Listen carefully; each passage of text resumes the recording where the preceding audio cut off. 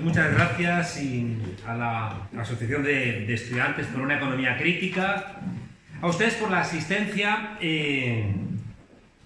Hay dos cosas que creo que son esenciales, comenzar por ellas. Una es algo que le digo a mis alumnos el primer día de clase, que es que le preguntaron a Miguel de Unamuno, el filósofo: ¿cree usted que existe Dios? Y contestó: dígame usted qué entiende por creer, por existir y por Dios, y entonces le contesto.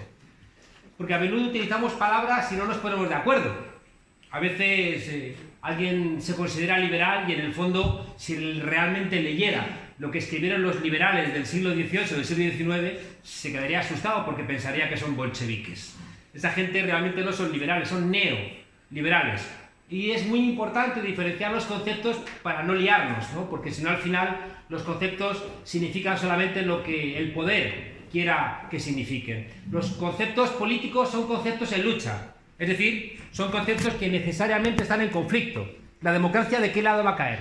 Tú puedes tener una definición más extrema de democracia, o puedes pensar que simplemente hay democracia con que se vote una vez cada 4 años, igual que es el Estado, que es el Estado social. Por tanto, fijaos, la pelea por los conceptos es una pelea enormemente política. Y el segundo elemento: estamos en la universidad y no tenemos que olvidarnos. Yo procuro no olvidarme nunca, ni siquiera cuando estoy haciendo tarea política o tarea electoral. Y hay otra cosa que conviene que no olvidemos nunca. Ninguno de los que estamos aquí, ninguno, somos neutrales. Pero tenemos la obligación, sobre todo en ámbitos académicos, de ser objetivos. Quien nos diga que es neutral nos miente, porque nadie es neutral. En cambio, sí que podemos hacer el esfuerzo de ser objetivos y, por tanto, no mentir. Algo que es muy importante hoy en día, donde parece que este tema de las fake news está cobrando una nueva vida. No es que no haya habido siempre mentirosos, ha sido una constante. Fijaos si ha habido siempre mentirosos que demuestran los biólogos, en libros recientes, Gazzaniga, por ejemplo, cómo el que se cree sus propias mentiras controla más su expresión y entonces es más creíble. Por tanto, fijaos, el creerte tus propias mentiras, incluso en términos evolutivos, es una ventaja adaptativa. Es decir, los buenos mentirosos son capaces de engañarnos, porque no detectamos que nos están mintiendo. Pero claro, como dicen estos mismos biólogos, el que crea a los mentirosos no es antepasado de nadie, porque los depredadores terminan devorándonos. Por tanto, fijaos, yo no soy neutral, tengo lo que llamaba Habermas el Erkenntnisinteresse, es decir, el interés en el conocimiento, que hace que me interesen más unas cosas que otras. Yo empecé estudiando economía. Yo estuve 3 años en la Facultad de Economía y aquello me pareció un auténtico fraude. Y me fui a hacer políticas y sociología. No porque la política y la sociología no sean un fraude, sino que no tienen las pretensiones científicas que sí tiene la economía. Y yo me pregunto, ¿qué ha ocurrido con esa legión de economistas que no han previsto la crisis de 2007-2008? Y uno podría preguntarse si no parece sensato que después de una crisis de esta magnitud, que se ha comparado con la crisis del 29, no debieran los economistas haber repasado los currículum de las facultades de economía. Porque a lo mejor era relevante entender que si se han estado explicando cosas que no servían ni para predecir ni para solventar los problemas, igual había que revisar lo que enseñamos en las facultades. En mi caso concreto, lo que me enseñaban me parecía, ya digo, que no se acompasaba con la realidad, y decidí marcharme. Quiero empezar en esta discusión que la hemos llamado algo así como ¿por qué a la izquierda le cuesta mucho más que a la derecha gobernar? Preguntaros algunas cuestiones, ¿no? El otro día Enric Juliana, el subdirector de La Vanguardia, uno de los periódicos más serios que hay, se preguntaba hasta cuándo hubiera durado las portadas, los telediarios y las tertulias si el responsable del pucherazo que hemos visto en Castilla y León, en vez de Ciudadanos, hubiera sido un partido como Podemos o como Izquierda Unida. En esa misma dirección, ¿qué ocurriría si Unidos Podemos, tuviera 240 casos de corrupción, como tiene ahora mismo abiertos el Partido Popular? ¿Qué ocurriría si un miembro de Podemos fuera contratado por un bufete de abogados como Cuatrecasas, como ha ocurrido con Soraya Sáenz de Santamaría, que cuando era vicepresidente y responsable de la abogacía del Estado, pactó con el presidente de honor de Cuatrecasas que no fuera a la cárcel a cambio de pagar una multa de 4 millones de euros? Y esa misma gente que fue favorecida por ese comportamiento hoy contrata a Soraya de Santamaría. ¿Qué ocurriría si fuera contratado, no sé, Alberto Garzón, Pablo Iglesias o cualquier persona de otra formación política. Sabéis vosotros que Lula da Silva está en la cárcel. Lula da Silva está en la cárcel en Brasil con la acusación de un testigo, un testigo protegido, al cual por acusar a Lula de ser dueño de un ático le exoneraron de sus culpas.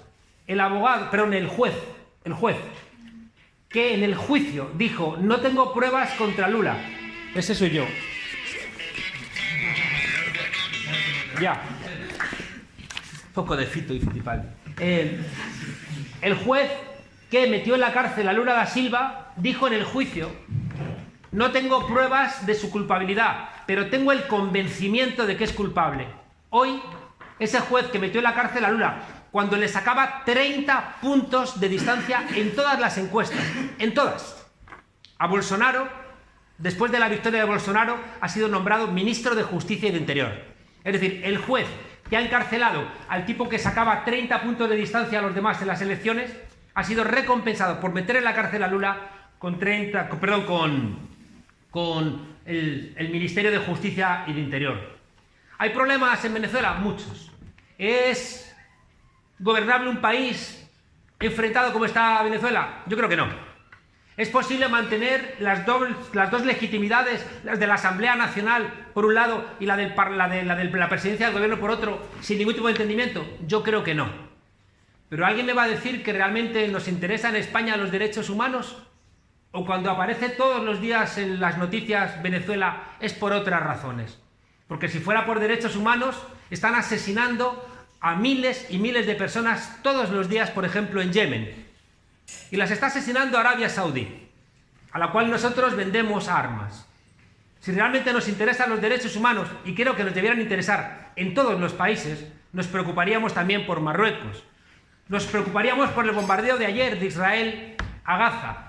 Nos preocuparíamos por lo que está pasando, ya digo, en Yemen.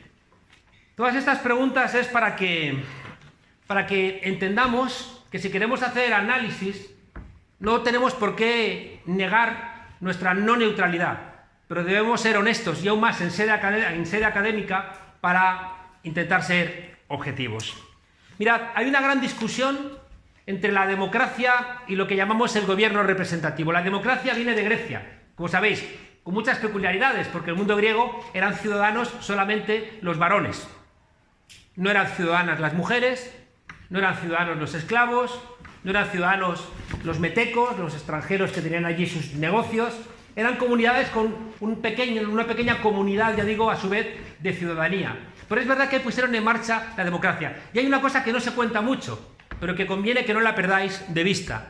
Y es que el corazón de la democracia griega se basaba en el sorteo.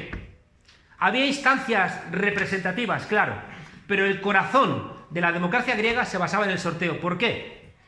Porque si nosotros fuéramos Grecia y se sorteasen los cargos relevantes, estaríamos construyendo el demos. Es decir, que en el propio sorteo estaríamos reforzando la idea de que todos formamos parte de un mismo cuerpo de ciudadanía. Y por tanto el sorteo en el mundo griego era una manera de reforzar la comunidad. Y por supuesto, en las grandes decisiones era la asamblea que se reunía en el ágora a solventar los problemas. El gran principio del mundo griego es la isonomía junto a la isegoría. La isonomía, nomos, regla, ley, isos iguales, la isonomía es la igualdad ante la ley, propia del mundo griego. Pero la isegoría es la igualdad en el ágora. Es decir, era la igualdad que tenía cualquier ciudadano griego a defender sus intereses en la plaza pública. A lo largo de los siglos, esa idea del sorteo fue desapareciendo. Y sobre todo con el paso del feudalismo al capitalismo, desaparece.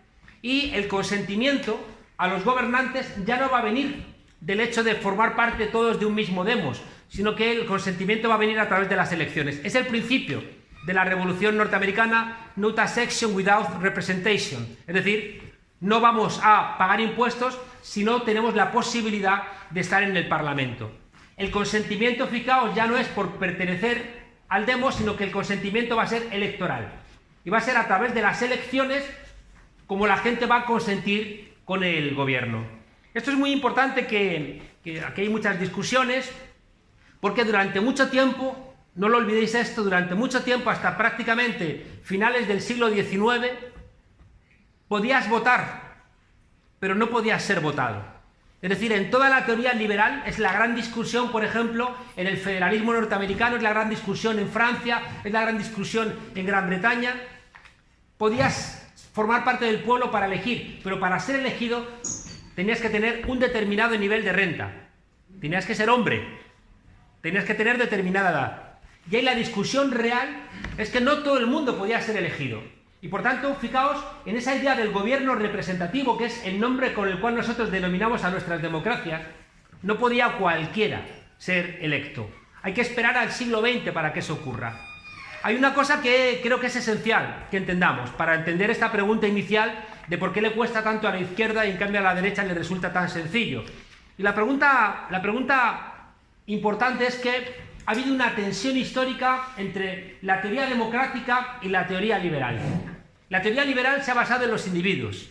La teoría liberal ha estado siempre en contra del sufragio universal. El gran liberal en España, que es Cánovas del Castillo, era un hombre que estaba en contra del sufragio universal. El argumento era muy sencillo. Él decía, los pobres son más que los ricos, si los pobres votan, van a acabar con nosotros los ricos y por tanto no pueden votar, ¿no? A lo largo del siglo XX, la teoría liberal va a ir contaminándose de la otra gran teoría, que es la teoría democrática. Si la teoría liberal es individualista, garantiza la propiedad y piensa sobre todo en términos de derechos garantistas de la libertad individual, la teoría democrática ha sido colectiva y ha estado interesada en la justicia. Es muy importante que entendáis que a lo largo del siglo XX la teoría liberal se ha ido contaminando de democracia y la teoría democrática se fue contaminando de liberalismo. ¿Cómo se contamina una de otra? Pues la teoría liberal se contamina de democracia, por ejemplo, asumiendo el sufragio universal, o asumiendo el salario mínimo, o asumiendo la jornada laboral de 8 horas, o asumiendo que pueda votar todo el mundo, incluidas las mujeres. Y la teoría democrática se fue contaminando del liberalismo, por ejemplo, renunciando a la lucha armada, renunciando a asaltar el Palacio de Invierno y asumiendo que la lucha era electoral, que la lucha política no era violenta, sino que era electoral. ¿Qué es lo que tenéis que entender que es muy, muy importante? Que en tiempos de crisis, invariablemente, en tiempos de crisis, vuelven a extinguirse la teoría democrática y la teoría liberal. En la crisis del 29 o en la crisis de finales del siglo XIX ya ocurre, pero sobre todo yéndonos a lo que tenemos más presente. La crisis del 29, la crisis del 73 y la crisis de 2007-2008, hay una escisión de la teoría liberal y de la teoría democrática. ¿Qué significa esta escisión? Que el liberalismo renuncia a sus compromisos democráticos. ¿En qué se verifica esto? Se verifica sobre todo en un par de cosas. Mirad, siempre el autoritarismo es el plan B del capitalismo en crisis. Siempre. Lo fue en el 29, lo fue en los años 70 y lo está siendo ahora otra vez. El capitalismo en crisis tiene como una respuesta metabólica, consustancial a su propia lógica, tiene una respuesta autoritaria. Decía Walter Benjamin, un pensador heterodoxo, alemán de la escuela de Frankfurt, muy interesante, un tipo que discutía, un tipo que se sentía profundamente marxista, pero discutía con el marxismo, ¿no? Es decir, esa lectura torpe, mecanicista del marxismo no va a ningún lado. Él decía, ¿qué tontería es esa de entender que la marcha de la historia es una línea siempre de progreso? ¿Qué significa eso de que esclavos contra siervos, campesinos contra señores, burgueses con proletarios y siempre avanzamos hacia la emancipación? Él decía, ¿qué tontería es esa? Porque esa tontería, fijaos, es la que establece, en esa lectura torpe marxista, es la que establece que cuanto peor mejor, porque si lo que viene después es el paraíso, aceleremos las contradicciones, porque entonces va a venir el paraíso. Pero Walter Benjamin, que estaba escribiendo en los años 30, estaba dándose cuenta de que las contradicciones del capitalismo no traían el socialismo. Las contradicciones del capitalismo traían a los nazis. Y por eso él dice que la revolución no podía ser acelerar las contradicciones del capitalismo, sino que él dice que la revolución era echar die Notbremsen der Geschichte, los frenos de emergencia de la historia. La revolución, fijaos, lejos de acelerar, era al revés, era echar los frenos de emergencia de la historia. Este autor brillante, Walter Benjamin, decía que detrás del auge de la extrema derecha siempre hay un fracaso de la izquierda. Detrás del auge de la extrema derecha siempre había un fracaso, él decía, de una revolución de izquierdas. Pero una revolución no hay que entenderla como una lucha armada, una lucha violenta, no. La revolución es hacer posible lo imposible. Y no tiene por qué ser violenta, al revés, como bien planteaba el compañero, la verdadera revolución, lo entendió Gramsci, es en las conciencias.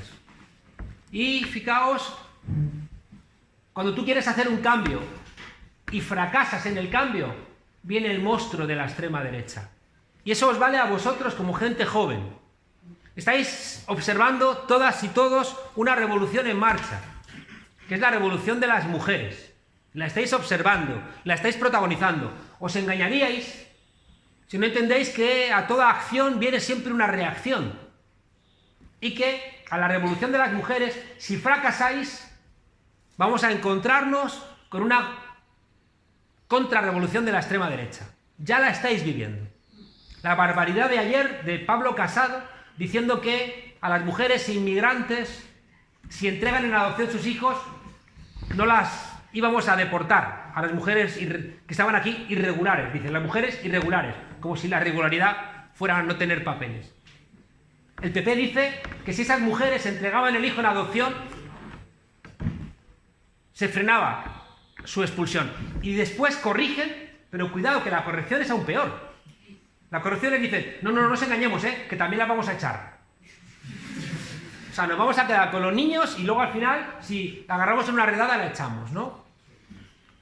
No os riáis, hace 5 años uno de mis alumnos de doctorado me enseñaba unos vídeos de un payaso. Me decía, mira qué locuras. Ese payaso hoy es el presidente de Brasil. Y decía estas barbaridades. Y decía estas locuras que estamos escuchando. Si la revolución de las mujeres fracasa, nos diría Walter Benjamin, va a explicar un auge de la extrema derecha. No es gratuito que tanto el PP como Ciudadanos, como Vox, tengan un discurso contra los derechos de las mujeres. No es gratuito. Por tanto, la frase de Walter Benjamin nos da mucha luz, porque explica algo que sabemos en la ciencia política, que toda acción genera una reacción, como una suerte de péndulo, ¿no? Hasta que después los extremos se acomodan. Y cuidado, porque la propia palabra extremos nos puede llevar a engaño. Son como esos necios que dicen ni machismo ni feminismo. Cuando el feminismo es la lucha por los derechos de las mujeres, mientras que el machismo es la presunción de una supremacía del hombre sobre la mujer. ¿Y cómo puedes compararla si no es desde la necedad? Decía Habermas, el filósofo, cuidado con esas personas justas que dicen la mitad de culpa para Hitler y la otra mitad para los judíos. Cuidado con esa gente que se considera moderada y centrista y al final lo que está haciendo es una profunda ideología. Porque no criticar lo existente es apoyar lo existente y eso también es ideología. Lo explicamos en primero de carrera. El que tú no te mojes, el que tú no te quieras implicar en la realidad no te convierte en una persona más justa o más moderada, no. Te convierte en un cobarde que estás apoyando lo que existe, que no tienes el coraje de confrontarlo, que no tienes tampoco el coraje ni siquiera de explicitar que lo apoyas porque buscas la tentación de la inocencia, buscas algún tipo de privilegio y encima no tienes el coraje de expresarlo. Decía que en esta crisis económica, la del 29, la del 73 o la actual, siempre emerge el plan B. Antes de emerger el plan B, siempre vais a ver, si estudiáis lo que ha ocurrido en todos los países. Yo hice mi tesis doctoral en Alemania y viví todo el proceso, ¿no?, de la caída del muro de Berlín y hice mi tesis doctoral acerca del hundimiento de la República Democrática alemana. Y era una de las cosas que aprendí es que allí en Berlín, donde está la Humboldt Universität, en el suelo hay una ventana. Tú miras esa ventana y abajo hay una biblioteca vacía. Dices, qué raro es esto, ¿no? Y hay una placa ahí que dice que es que ahí en el año 33 es donde empezó el nazismo quemando libros. Quemando libros. Es decir, el nazismo empezó quemando libros en el 33. En el 34 fueron las leyes de Nuremberg, en el 35 la noche de los cuchillos largos, donde pasaron a cuchillo a la parte socialista del nacionalsocialismo. En el 36 fue cuando empezaron la noche de las Kristallnacht, la noche de los cristales rotos. Y Walter Benjamin se preguntaba, ¿qué coño ha pasado que no hemos visto que venían los nazis?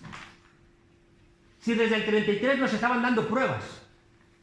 Y es porque se estaba errando en el diagnóstico, porque ahí estaba el diagnóstico. Por eso es tan importante hacer buenos análisis, por eso es importante estudiar. Yo durante mucho tiempo, cuando tenía vuestra edad y después, tenía enfrente de donde estudiaba un cartel que decía, y cuando estudia James Bond todo lo que sabe.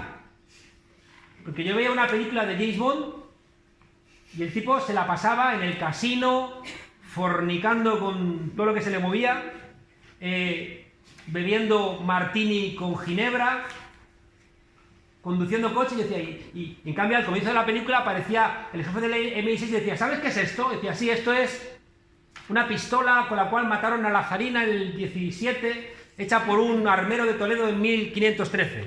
¿Sabes qué es esto en otra película? Sí, esto es un diamante de 800 quilates que fue subastado en Sotheby's por 80.000 millones de dólares. En otra película, ¿sabes qué es esto? Sí, esto es un misil interbalístico que funciona por Bluetooth. Claro, yo decía, ¿y este cabrón cuando estudia? ¿No? Porque todo lo que sabe, ¿no? Es mentira. Para estudiar, digo, para saber hay que estudiar. Y para estudiar hay que sentar el trasero en una silla y dedicar horas. Os decía que los diagnósticos estaban ahí. Estaban en el 73, estaban en el 29, están ahora. Siempre, siempre, si es cierto lo que os digo, que decía Walter Benjamin, que el autoritarismo siempre es el plan B del capitalismo en crisis, tenemos que entender que antes de poner en marcha el aparato autoritario, utiliza casi siempre 3 recursos. El primero es decir que no es posible cambiar las cosas. Hay un libro obligatorio de un tipo que era economista, pero era tan inteligentemente economista que también era politólogo, era sociólogo, era demógrafo. Porque, ¿qué es eso de ser solamente economista? ¿Qué es eso de ser solamente politólogo? Estamos engañando a la gente, pretendiendo que nuestros saberes están aislados del resto del conocimiento de nuestras sociedades.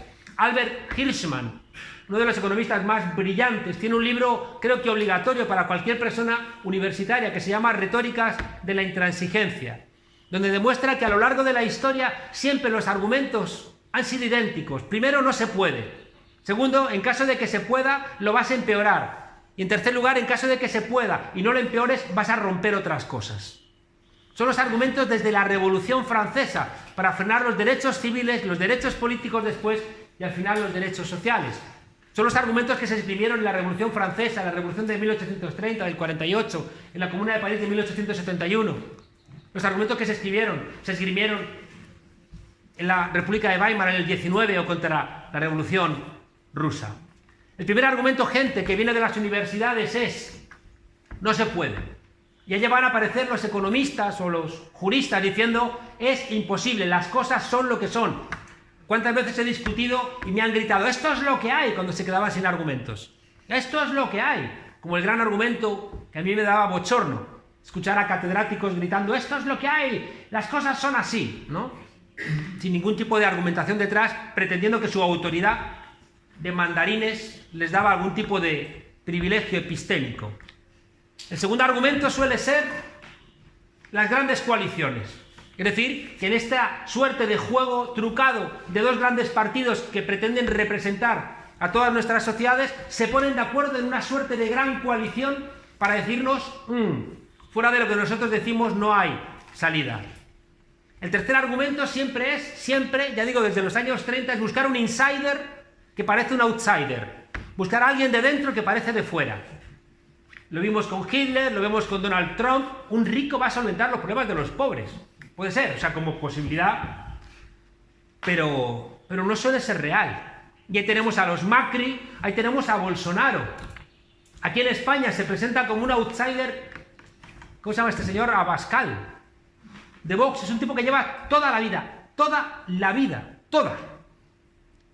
viviendo de lo público. La última conocida, 92.000 euros que le pagaba en una fundación a la cual no se le reconoce ninguna tarea, 92.000 euros que se lleva en su salario pagado por Esperanza Aguirre. Y esta persona es la que viene a luchar contra, aquí en Andalucía yo le he escuchado decir: vamos a acabar con las mamandurrias, vamos a acabar con los chiringuitos. Y dices, ¿y tú? ¿Dónde estabas? ¿No? Bien, os decía que si fallan estas tres cosas, si fallan el decir que no se pueden cambiar las cosas, si fallan las grandes coaliciones, si falla el insider que se presenta como outsider, siempre queda el recurso a la violencia.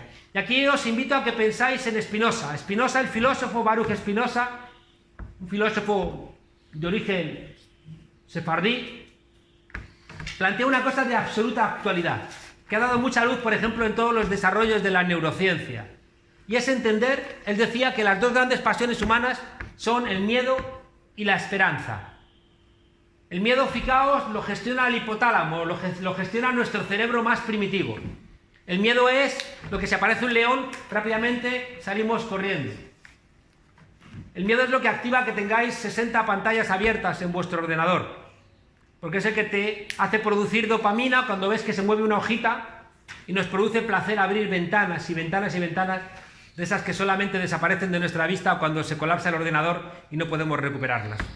Y nos da una cierta satisfacción, a mí por lo menos cuando eso nos ocurre. El miedo, fijaos, es el que establece la defensa del perímetro inmediato, mientras que la esperanza es una construcción del neocórtex. El miedo monologa, mientras que la esperanza dialoga. El miedo es una respuesta, ya digo, muy solipsista, muy autónoma, muy propia, muy individual, muy de la condición de supervivientes que tenemos todos los seres humanos, mientras que la esperanza necesitamos el diálogo. La esperanza es una construcción siempre con los otros. Hamlet estaba loco de atar porque monologaba y hablaba con una calavera. En cambio, Don Quijote no estaba tan loco porque dialogaba con Sancho Panza. Es muy importante que entendáis esto. ¿Por qué? Porque en sociedades donde se exacerba el miedo, son sociedades más irracionales. Son racionales porque también opera nuestra razón, pero responden más al instinto del miedo. Mientras que las sociedades donde no funciona el miedo, son sociedades donde están más invitadas las personas que le integran al diálogo y por tanto a construir horizontes más emancipatorios. Cada vez que se nos alimenta el miedo, como sea, estamos dando entrada a algún elemento autoritario. A cualquiera, sea el miedo a suspender un examen, el miedo a la inmigración, el miedo a las mujeres, el miedo a los hombres, el miedo a los trabajadores, cualquier miedo abre la puerta de una salida autoritaria. ¿Por qué le cuesta más a la izquierda que a la derecha gobernar? Primera idea central. Cuando ganamos unas elecciones, ganamos el gobierno, no ganamos el poder. Es una idea central. Acaba de ganar las elecciones con una absoluta mayoría López Obrador en México. ¿Creéis que ha ganado el poder? No, ha ganado el gobierno. El poder está en otro lado. El poder está en otros lados. Cuando la derecha gana las elecciones, gana el gobierno, pero también tiene el poder. ¿Por qué? Porque tienen los bancos, tienen los medios de comunicación, tienen las universidades, tienen, hoy menos el Vaticano, pero tienen la estructura del Vaticano. No tienen al Papa, pero tienen al Vaticano. El Papa les parece bolchevique. O sea, están diciendo que este Papa es comunista, directamente, porque no responde a los intereses que ellos tradicionalmente han identificado con el papado. Tienen la diplomacia, tienen las redes internacionales. Eso es el poder real. Y claro, cuando tú pierdes el gobierno, tienes todos esos elementos de poder, donde Gramsci, otro pensador heterodoxo marxista, decía que tenemos que diferenciar entre el Estado en sentido estricto y lo que él llamaba el Estado ampliado. El Estado en sentido estricto es, pues eso, la justicia, la policía, la hacienda, lo que entendemos como el aparato estricto del Estado. Pero él decía, cuidado, que eso solamente funciona con el Estado ampliado. Es decir, que el Estado solamente va a operar realmente acompañado de todas esas estructuras. Os pongo un ejemplo. ¿Sabéis que el Parlamento español demostró que el Partido Popular había estado operando con una policía política? Es decir, que a comisarios que pagamos con el dinero de todas y de todos, les había estado poniendo a trabajar para perseguir a los adversarios políticos, sobre todo a los nacionalistas catalanes y a Podemos. Han sido esos comisarios los que se inventaron las facturas falsas, que decían que Podemos había cobrado de Venezuela, y que se han demostrado que son falsas. Estaban hechas con Photoshop. Fijaos que esa policía política que viene del aparato del Estado, ¿cómo operaba? Operaba cuando gente del periodismo, como ese gran periodista que recibirá el premio Pulitzer pronto, que es Inda, publicaba esas falsas informaciones en su panfleto. Y por tanto, fijaos, esa decisión estatal de ir contra adversarios políticos cobraba fuerza cuando había algo que era ese Estado ampliado, es decir, medios de comunicación operando en ese espacio. Y lo segundo, que es lo más importante que quería compartir con vosotras y con vosotros, que es un concepto un poco raro, se llama la selectividad estratégica del Estado, que es un concepto de un politólogo inglés que se llama Bob Jessop. ¿Qué significa la selectividad estratégica del Estado? Eso significa, fijaos, que el Estado, siempre, aquí en España, hoy, marzo de 2019, el Estado, si mañana ganase Unidos Podemos, heredaría ese Estado. ¿Qué es el Estado? El Estado, fijaos, siempre, siempre refleja cómo han sido las luchas históricas. ¿Quién ha ganado las luchas históricas? Y cómo es la correlación de fuerzas en el presente. Os repito, porque esta es la idea principal para entender por qué la izquierda tiene tantas dificultades para gobernar y poder aplicar sus programas, mientras que a la derecha le resulta mucho más sencillo. El Estado hoy en España refleja los que han ganado las peleas en los últimos 200 años, cuando menos. ¿Y quién ha ganado las batallas? ¿Los hombres sobre las mujeres? ¿Los ricos sobre los pobres? ¿El centro sobre la periferia? ¿Los blancos sobre gitanos, negros, inmigrantes? Y fijaos, esas victorias están reflejadas en el aparato del Estado. ¿El Estado va a aplicar esas victorias hoy en día? Depende de una palabra clásica, de la correlación de fuerzas. ¿Han ganado los hombres la batalla histórica de las mujeres? Sí, qué duda cabe. Hace, las que sois más mayores, si vosotras en los años 80 os violaban, e ibais a una comisaría, es bastante probable que en la comisaría os mandaran para casa. Ya no te digo nada si el que te ha violado era tu marido. Te decían, anda, anda, bonita, vete a casa y haz caso a tu marido. Eso en los años 80, chicas y chicos. El juicio de la manada demuestra, y cuando las mujeres gritabais, hermana, yo sí te creo, es porque había toda una construcción para no creer lo que decía esa chica que había sido violada por 5 energúmenos en un portal. Todos conocéis, fijaos, estas victorias, en este caso de los hombres sobre las mujeres, se reflejan en sitios insospechados. Todos habéis cantado esa canción de ni más ni menos, ni más ni menos. ¿No? ¿Cómo es esa canción? Mujer, tú te ves bonita, tú te pones orgullosa, ni más ni menos, ni más ni menos. Ese estribillo dice, el cristal cuando se empaña, se limpia y vuelve a brillar. La honra de una mocita se mancha y no brilla más cuando un hombre se la quita. Eso dice esa canción que todos hemos cantado en las fiestas en el pueblo. Telita. ¿Por qué? Porque incluso en las letras de las canciones, y ya no os digo en el derecho, que lo hemos hecho los hombres, esa victoria de los hombres sobre las mujeres se verifica en esa canción y se verifica en el derecho, donde la honra de una mujer es la honra de un hombre. Es que había que colgar la sábana después de casarte manchada de sangre, porque la virginidad era una prueba de honor de los hombres respecto de las mujeres.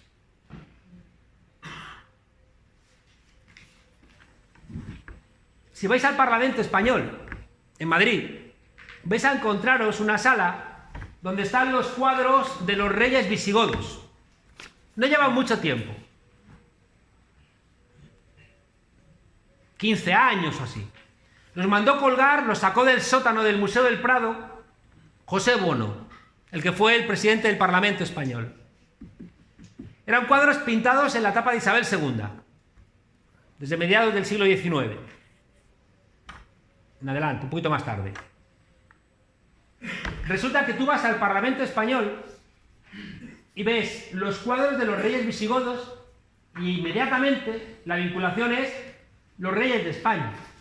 Y uno se pregunta, ¿por qué no hay ni un solo cuadro de Mohamed, ni de los Yusuf, ni de Boabdil? Porque hay un cuadro ahí de un tipo que se llamaba Alarico II que nunca pisó la península ibérica. Nunca. Porque ahí se está construyendo una mentira, que luego la princesa Leonor va a Covadonga a depositar flores y a hacer un ritual a don Pelayo, al cual se emparenta con Recaredo. Es mentira. Hay más de un siglo de diferencia entre uno y otro, no eran parientes, pero Recaredo es el primer rey visigodo que deja el arrianismo y abraza el catolicismo. Y hace falta emparentar a Recaredo con don Pelayo, porque don Pelayo es la reconquista, hemos acabado con los moros, y es esa unidad de España, es todo un mito, mentira todo. Pero da igual. Da igual porque tú estableces ahí una lucha y en esa lucha la victoria la expresas cuando tú cuelgas esos cuadros. España empieza a existir. España empieza a existir cuando nos invaden los franceses en 1808. Fijaos si es así, que no teníamos ni bandera ni himno en 1808. Uno de los problemas de la lucha contra los franceses es que no hay, el himno va a ser una jota, que dice, la Virgen del Pilar dice que no quiere ser francesa, que quiere ser capitana de la tropa aragonesa. Aragonesa, no española. Y no hay un himno, pero no hay una bandera. Y es a partir de ahí cuando empezamos a sentirnos españoles. En cambio, fijaos, hay una construcción mítica. ¿Por qué? Porque en esa lucha entre el centro y la periferia en España va ganando el centro. Y eso lo va permeando todo en las estructuras del Estado. Mirad, el Estado interviene en nuestra sociedad de 4 maneras. Explicamos en la ciencia política. Una a través de la coacción. Es decir, una de las maneras más evidentes de la intervención del Estado en la sociedad es a través de la policía y en última instancia del ejército. Y aquí tenéis que daros cuenta de una cosa muy importante. Y es que la policía y el ejército son 2 cuerpos de trabajadores a los cuales les hemos dado un espacio muy peculiar. Y ellos mismos también lo viven de una manera muy propia. Y es que tanto la policía como el ejército son cuerpos que se ven como cuerpos con un especial sentido del honor. Uno podría pensar que los panaderos también tienen un peculiar sentido del honor, porque si no cuecen pan, pues no habría pan hoy para comer. Pero en cambio los panaderos no tienen ese sentido del honor, y la policía y el ejército sí. ¿Por qué? Porque les hemos entregado la idea de salvar a la patria. ¿Qué ocurre? Ocurre que ¿quién define lo que es la patria? La nación que te defiende la policía y que te defiende el ejército, ¿qué nación es esa? Uno de los hechos que yo creo que tendríamos que explicar en todas las facultades en España es Ricardo Costa, el secretario general del Partido Popular en Valencia, donde el 100% de los miembros del Partido Popular en Valencia, en casos de corrupción, como imputados. El 100%. Y este señor, en el juicio, el secretario general de los populares valencianos, en el juicio por habernos robado a los españoles, iba con la banderita de España en la muñeca. ¿Por qué? Porque creen que España les pertenece. Por tanto, primera tarea. La izquierda, en tanto en cuanto le ha dejado la definición de la patria y de la nación a la derecha, tiene un profundo problema. Porque tanto la policía como el ejército, mayoritariamente por esa identificación, van a estar más cerca de la derecha que de la izquierda. Es que, si hacéis memoria, vais a ver que la UDEF, que es un cuerpo especial de la policía o sectores concretos de la Guardia Civil, cuando han detenido a corruptos, yo recuerdo declaraciones de María Dolores de Cospedal o de Esperanza Aguirre diciendo la Guardia Civil no está para esto. O sea, la Guardia Civil está para detener a otros, pero no a ellos, porque si es un cuerpo de ellos. Y fijaos, funciona ahí una apropiación. Y esto es muy importante, porque la derecha se ha apropiado de la cruz, como en el Valle de los Caídos. Se ha apropiado de la bandera. ¿Por qué la izquierda tiene tantas dificultades para hacer suya una bandera que es la bandera de todos los españoles y las españolas? Porque se ha apropiado de ella la bandera, la derecha. Cuando salta un abuelo desde un balcón porque lo van a desahuciar, no vamos a ver la bandera colgada ahí. Los lunes que salen los abuelos a reclamar pensiones no llevan la bandera española. ¿Por qué? Porque se han apropiado de ella los sectores de la derecha. Y eso es un problema profundo. Por tanto, fijaos, ahí hay una explicación.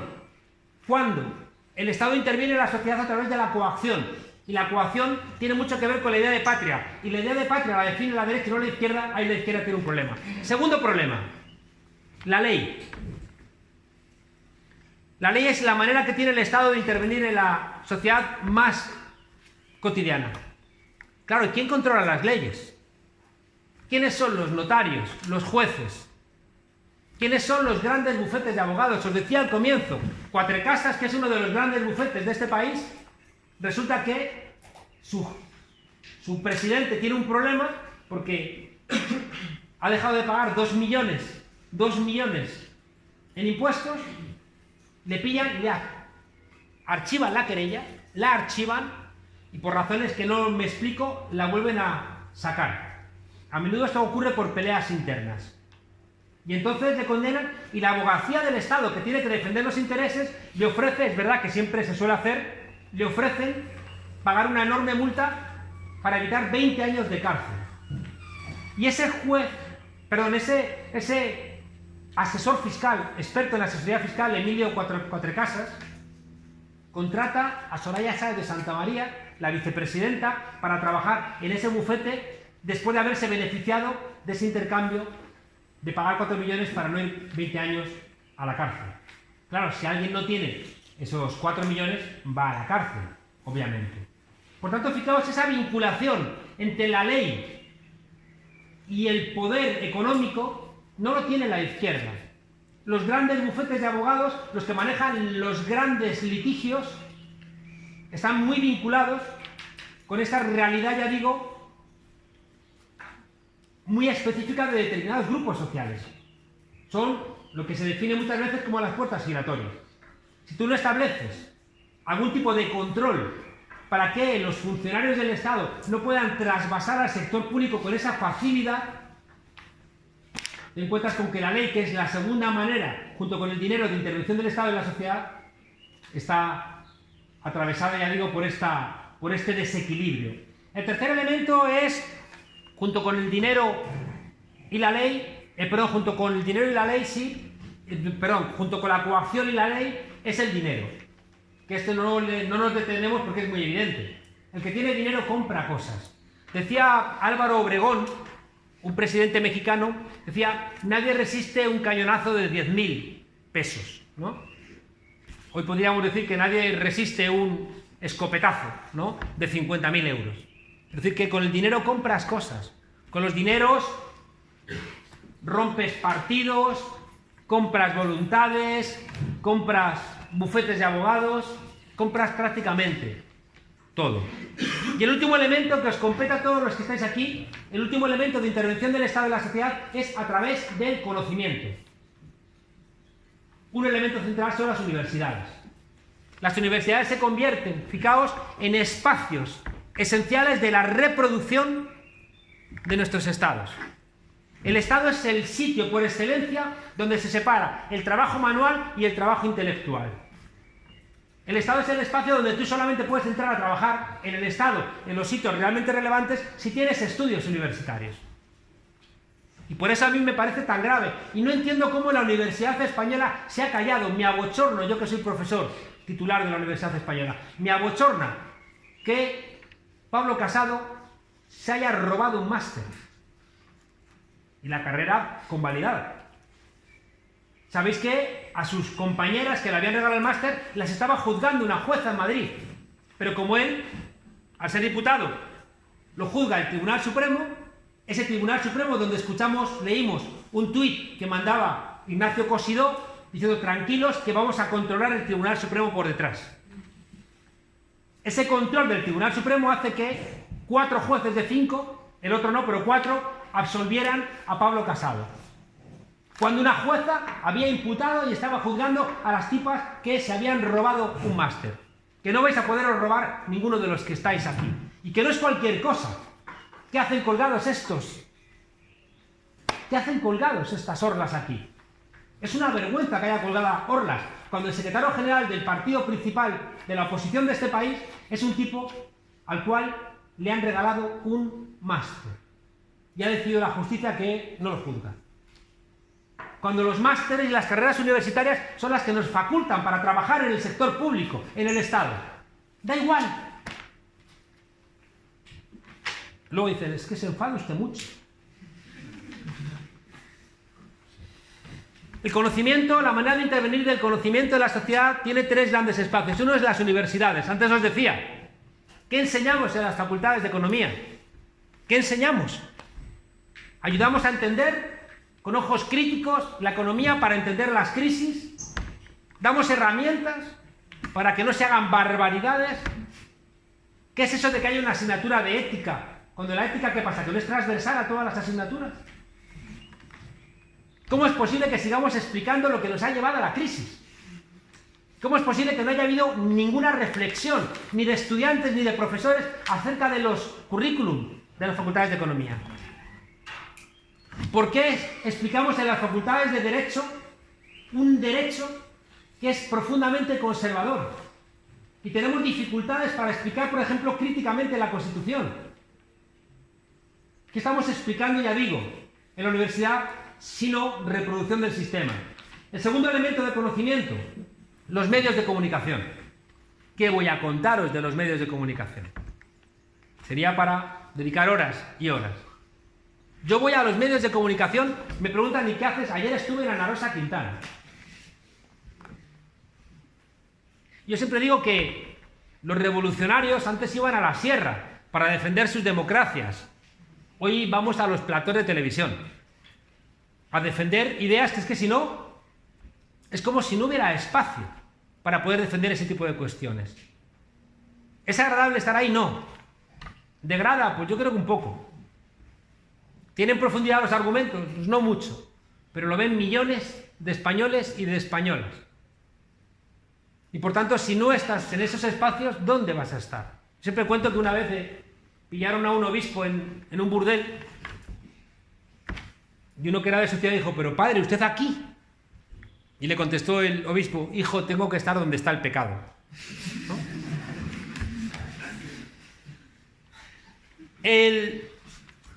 Fijaos que este año una alumna norteamericana le pregunté, ¿Obama es negro o es árabe? Una alumna de intercambio que está estudiando con nosotros. Piensa y dice, no es americano, es de Hawái. Porque una parte importante de los norteamericanos creen que es árabe. Y le pregunté, ¿y había armas de destrucción masiva en Irak? Y me dice, sí, claro. Una estudiante universitaria, planteando que había armas de destrucción masiva en Irak, cuando la ONU demostró que era una gran mentira. Algunos han pedido perdón, otros no, por decir que había armas de destrucción masiva en Irak. En cambio, una parte importante del pueblo norteamericano cree que había armas de destrucción masiva en Irak. Es decir, que los medios de comunicación tienen lo que llamamos en la academia la condición, se tienen la capacidad de activar la condición performativa del lenguaje. La condición performativa del lenguaje es que el lenguaje construye realidad. Si yo digo que la Tierra es plana, se convierte en plana para la navegación, porque si yo creo que la Tierra es plana, no navego. La condición performativa del lenguaje a veces se expresa de manera brutal, como por ejemplo el loco que ha matado ayer a 40 personas entrando en una mezquita. Un tipo que se declara seguidor de Donald Trump. Claro, al final ese tipo de discursos, ¿te los crees? Si la gente está diciendo, rompéis España, rompéis España. A veces uno se pregunta si no tendrían que pasar más barbaridades en nuestro país. Por tanto, fijaos ahí como una pelea. Hay gente que se cree estas barbaridades y las convierte en realidad.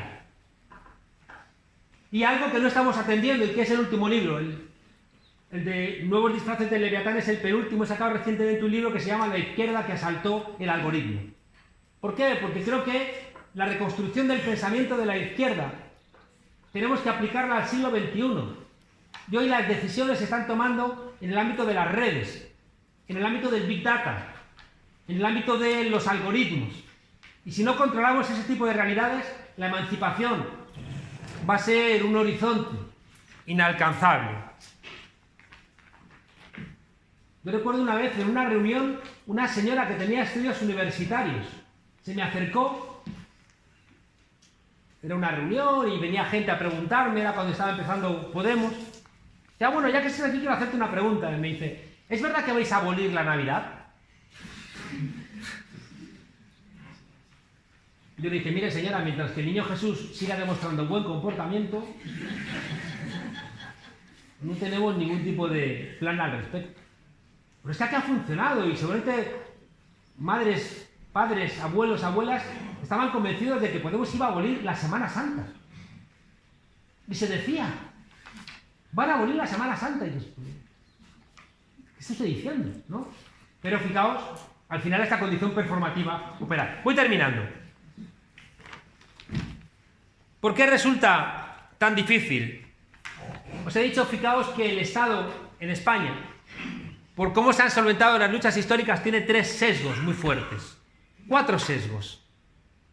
Tiene un sesgo de clase, porque siempre han ganado los ricos a los pobres. Todas las batallas no todas, pero muchas sí. Y por tanto hay un sesgo de clase. Es el que explica, por ejemplo, cómo el artículo 47 reconoce el derecho a una vivienda digna. Pero todos los que estáis aquí vais a tener una vivienda digna si la heredáis de vuestros padres. Si no, es bastante complicadito. ¿Por qué? Porque el artículo 33, el de la propiedad privada, tiene más fuerza. ¿Y eso por qué? Porque en las batallas históricas han ganado los ricos a los pobres. Otras batallas no, pero esa en concreto sí. Y ahí está. Han ganado, hay un sesgo, por tanto, de clase en el Estado español. Hay un sesgo de género. Los hombres hemos ganado las batallas a las mujeres. Históricamente. ¿Qué está intentando hacer ahora el establishment? Fragmentar el movimiento feminista. Dice, no, es que hay un feminismo liberal. En realidad es un feminismo neoliberal, que no es lo mismo. Pero es una manera de decir, no, yo también soy feminista, pero neoliberal. Y por tanto, fragmentamos. Igual que se intentó fragmentar en su momento la clase obrera, que fue la que construyó los derechos sociales. Hay un sesgo de clase, hay un sesgo de género, hay un sesgo de raza. ¿Por qué? Porque siempre los blancos han ganado la batalla en España a gitanos, a negros, a cualquier otro tipo de minoría que hubiera aquí. Y muy vinculado a esto, hay un sesgo centralista. El centro le ha ganado a la periferia las peleas. Y esos 4 sesgos, fijaos, aunque gobernase quien gobernase, estarían ahí. Y dependería de la correlación de fuerzas que eso se aplicase o no se aplicase. ¿Por qué la pelea es tan difícil? Y termino. La pelea es muy difícil aparte de por esto. Es porque estamos luchando contra un sentido común. Todos somos neoliberales. ¿Qué es el neoliberalismo? El neoliberalismo es un sistema donde todos tenemos que comportarnos como empresarios de nosotros mismos. ¿Por qué estudiáis? ¿Estudiáis para desarrollar una mayor personalidad o estudiáis para vender más cara vuestra mano de obra en el mercado de trabajo? Mirad, prácticamente vosotros, siempre le digo a mis alumnos, ¿quién entiende mejor un teléfono móvil? ¿Vosotros o vuestros abuelos? La respuesta inmediata es que vosotros, ¿no? Imaginéis a vuestros abuelos torpes, pero vuestro abuelo tiene una ventaja y es que se acuerda del tiempo en donde no había teléfonos móviles, cosa que vosotros no habéis conocido. Y por tanto puede hacer esa comparación. Y por tanto es mucho más inteligente la mirada de una persona que sabe cómo era cuando no había teléfonos móviles. En esa misma dirección, fijaos, vosotros tenéis dificultades para entender un mundo donde no esté todo mercantilizado. Vosotros habéis vivido, estáis viviendo una España donde prácticamente no hay nada, nada que no se haya convertido en una mercancía. El deporte es una mercancía. La amistad es una mercancía. El sexo es una mercancía. Estáis aprendiendo sexo a través de la pornografía, que es una mercancía. Y por eso hay tantas distorsiones en las relaciones sexuales de la gente adolescente, porque confunden la realidad sexual con el porno. Y dices, no, el porno es gente que le pagan, a menudo obligadas, a hacer ese tipo de trabajo. Y luego hay descerebrados como los de la manada que dicen, si ella disfruta mucho con 5 y tienen sexo 5 con una sin su voluntad, borracha, y luego la dejan en el suelo, y como dijo la fiscal, os fuisteis y no preguntasteis si había disfrutado. ¿No se os ocurrió preguntar que qué tal se lo había pasado? No, porque la estáis violando. Y encima tenéis un grupo de WhatsApp donde os jactáis de ese tipo de comportamientos. Y donde los demás del grupo de WhatsApp va en ese grupo de WhatsApp como quien va a ver porno. Decía que vivís un mundo donde prácticamente todo se ha convertido en una mercancía. Todo. ¿Y sabéis cuál es el problema? Que cuando todo se convierte en una mercancía, tenemos miedo, porque no vais a ser rentables en todos los espacios. No vais a ser rentables en todos. Y por tanto vais a tener miedo, porque vais a tener amenazas constantes. Si se traslada esa idea de la economía a la vida cotidiana, tienes que ser que el guapo, el más divertido, el más listo, el más todo de algo, como en el mercado. Y no vamos a ser los más de todo. Y vamos a querer que nos quieran y que nos respeten sin tener que ser el más de algo. Una sociedad atravesada por el mercado, y como economistas lo tenéis que entender, desaparece la empatía. Porque la Coca-Cola no va a tener nunca empatía con la Pepsi-Cola. Es su competidor. Y por tanto no va a tener ningún tipo de empatía. Al revés, quiere quedarse con todos sus clientes, a como sea. ¿Sabéis que la Coca-Cola buscó a Michael Jackson como el gran patrocinador? Y tenía un concierto en Bangkok el día que se le acusa de pederastia. Qué vergüenza, ¿no? Cómo se ha ocultado un tipo que era un pederasta, al parecer absolutamente reconocido, y cómo se ha ocultado por el dinero que movía Michael Jackson, ¿no? Un ejemplo también de esta mercantilización del mundo, donde incluso padres permitiendo que sus hijos fueran abusados por un famoso. El día que se anuncia que Michael Jackson es acusado de pederastia, él anula el concierto y al día siguiente Pepsi-Cola saca carteles por todo el mundo diciendo... Él anula el concierto diciendo que había tenido problemas de hidratación. Y Pepsi-Cola al día siguiente saca un cartel por todo el mundo que dice: deshidratado, bebe Pepsi-Cola, ¿no? O para aprovechar lo mismo para atacar. En un mundo, fijaos, mercantilizado, se hace cierta una frase que decía un filósofo, Frederick Jameson, que es más fácil imaginar el fin del mundo que el fin del capitalismo. Desde que os habéis levantado esta mañana, no habéis tenido sino relaciones mercantiles. Quizá le habéis dado un beso a alguien a quien queréis, pero todo lo demás mercantil. ¿Y qué ocurre? Que las relaciones mercantiles son frías. Pagáis el autobús, pagáis el café, pagáis lo que sea. Y en ese pagar desaparece la relación con los demás. Tú agarras el autobús, pagas y te da lo mismo cómo vive la gente. Ya no os digo nada si vamos también por una cuestión mercantil viviendo cada vez en urbes más grandes donde se impersonaliza. Me tomo un café aquí y me ha gustado ver cómo la gente en la panadería, cafetería interactuaba con los dos que atendían. En Madrid es mucho más complicado porque vas y no le ves la cara al tipo que te está poniendo un café. No existe. Podría ser perfectamente un robot.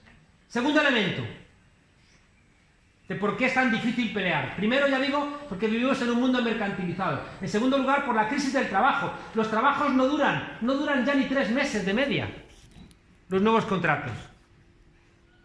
Y por tanto vais a tener profundas dificultades para tener un carácter vinculado a vuestro desarrollo laboral.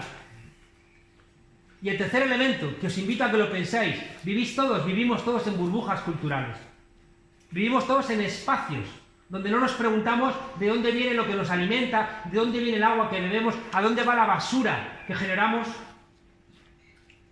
Me contaba esta mañana un compañero que nació un día como hoy y decía que su madre casi no puede ir al hospital porque había nieve hasta aquí. Mirad el tiempo que hace. Y no estamos reaccionando. ¿Por qué? Porque el elemento mercantil está impidiendo que nos... Bueno, voy a terminar porque me queda como una página entera.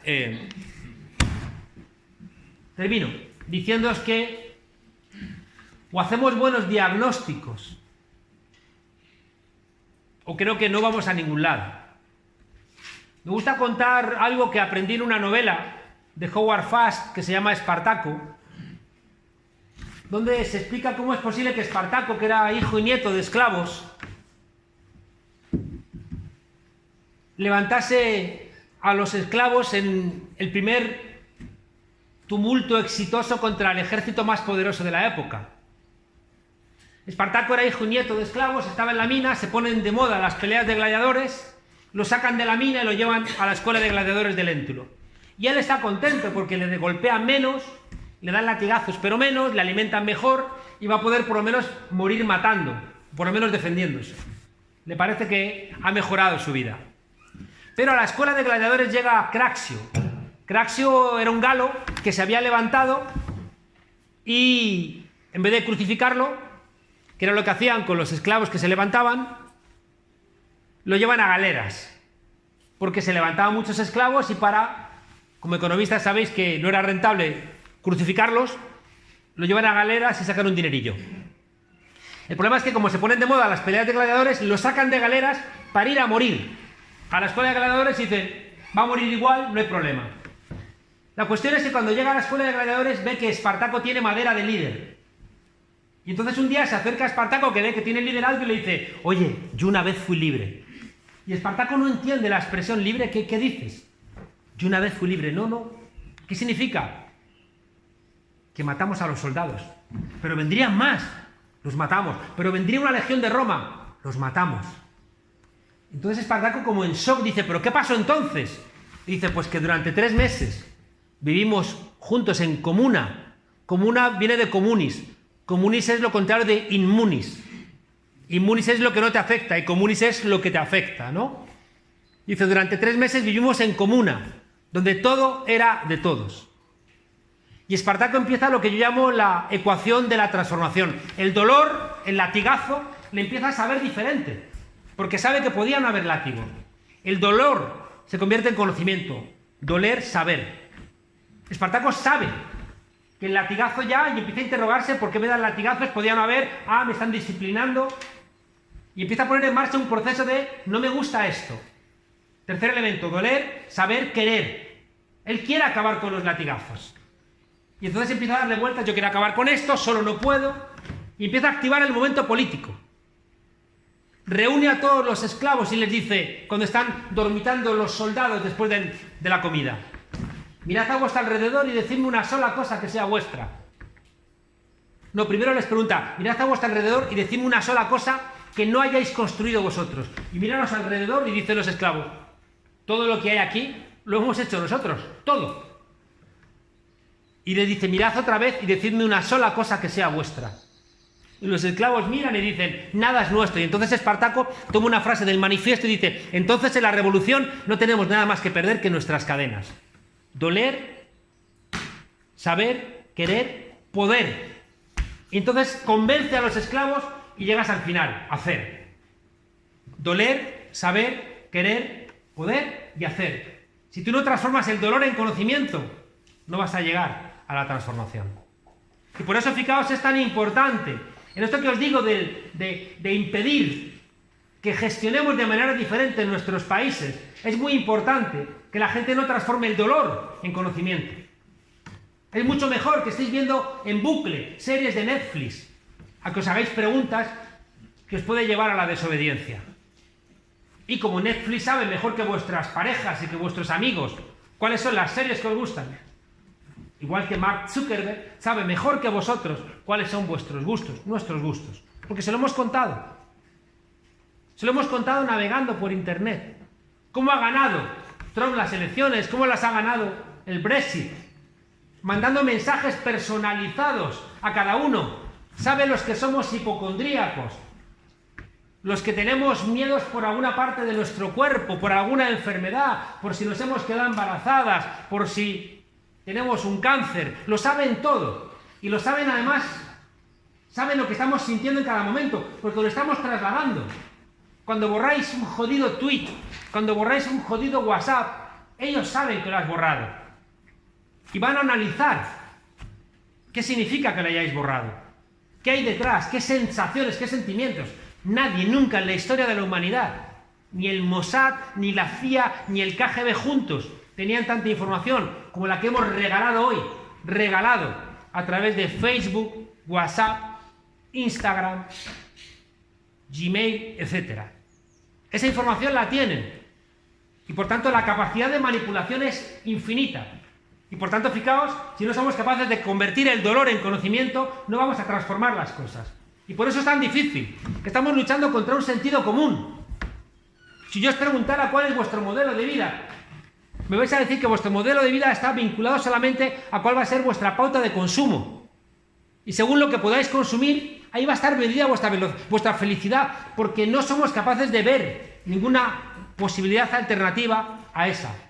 Y nos da igual que esa pauta de consumo acabe con el planeta. ¿Qué necesitamos que nos ocurra para darnos cuenta que hay un cambio climático? ¿Qué estamos necesitando que ocurra para darnos cuenta de que las mujeres estéis cargando con toda la tarea de reproducción y de cuidados? ¿Qué tiene que ocurrir para que nos demos cuenta de la enorme desigualdad que hay en el mundo? Pero es mucho más importante, ya digo, que todas las semanas haya un partido del siglo, que veamos en bucle series de Netflix y que escuchemos en Spotify la música que ha seleccionado por nosotros, porque sabe mejor qué es lo que nos gusta. Hay soluciones, claro que hay soluciones. Decía Gramsci, que escribía en los años 30, en un momento parecido a este, decía que al pesimismo de la inteligencia hay que oponer el optimismo de la voluntad. Es decir, que tenemos razones para ser pesimistas, porque luchamos contra realidades realmente difíciles de luchar, porque son sentidos comunes, son deseos. Pero tenemos que ser pesimistas esperanzados. Y la esperanza nace de la capacidad de ese diagnóstico, donde históricamente siempre el ser humano ha solventado sus problemas. Yo creo que nos quieren fragmentados, confundidos, asustados y resignados. Y así estamos la mayoría, fragmentados, confundidos, asustados y resignados. ¿Cómo confrontamos el miedo? Con la digna rabia. El miedo, cuando nos quiere meter miedo, la digna rabia. ¿Por qué es digna? Porque forma parte de un análisis que hemos hecho. ¿Cómo confrontas la indiferencia? Con el compromiso. Participar es trabajar de más. Y el compromiso es esa lectura que hace ver que no puedes estar en tu burbuja. ¿Cómo confrontas la fragmentación? Entendiendo que formas parte de lo común. ¿Cómo confrontas el egoísmo? Con el grito perdido de la Revolución Francesa: igualdad, libertad, fraternidad, la sororidad en nombre de las mujeres. Es lo que siempre le ha dado miedo. ¿Sabéis que Robespierre no tiene una calle en París? Robespierre no tiene una calle en París, porque Robespierre fue el que dijo que los negros en Haití tenían derecho también a defender la libertad y la igualdad y la fraternidad, que le había dicho la Revolución Francesa que no tenían derecho. Y Robespierre fue el que dijo que las mujeres, cuando le cortaron la cabeza a Olympe de Gouges, una feminista de las primeras, de la primera ola, dijo: las mujeres también tienen derecho a ser ciudadanas. ¿Cómo sería esa reivindicación de Robespierre? Que no tiene una calle en París. En la Banlieue, en la periferia sí, pero en París no tiene una calle. Por tanto, fijaos, frente al egoísmo, recuperar esa idea de la fraternidad. Y por último, frente a esa idea de la delegación política, frente a esa idea de que vota y no te metas en política, defender la idea de que la digna rabia, el compromiso, lo común, la fraternidad y la participación están en la Constitución Española del 78. Y que los constitucionalistas somos los que defendemos estos principios, no los que defienden trocitos de la Constitución. Hay espacio para colocarnos en las grietas. Tenemos que acudir al Estado.